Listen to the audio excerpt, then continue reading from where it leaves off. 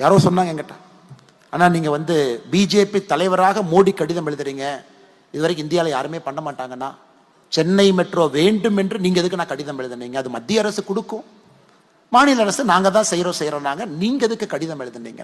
கட்சியில் ஒரு பெரிய தலைவர் எனக்கு தொலைபேசி மூலமாக அழைத்து சொன்னாங்க.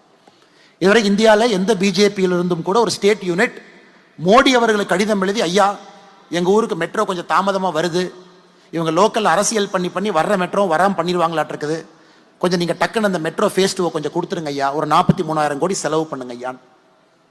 தமிழ்நாடு பாரதிய ஜனதா கட்சி சார்பாக நாங்கள் கடிதம் எழுதினோம். காரணம், எங்களுக்கு அது சரி என்று பட்டது. மோடி அவர்களும் ஒரு வாரத்தில் சென்னை ஃபேஸ் 2 மெட்ரோவை மத்திய அரசு ப்ராஜெக்டை அனௌன்ஸ் பண்ணீங்க, 43,000 கோடி ஒதுக்கினாங்க. கோயம்புத்தூருக்கும் அதையே நாங்கள் செய்ய இருக்கின்றோம், செய்ய போகின்றோம். கோயம்புத்தூருக்கும் அது நடக்கும். காரணம், வாழ்வியல் முறையை மாற்றித்தாங்க ஆகணும். நான் என்ன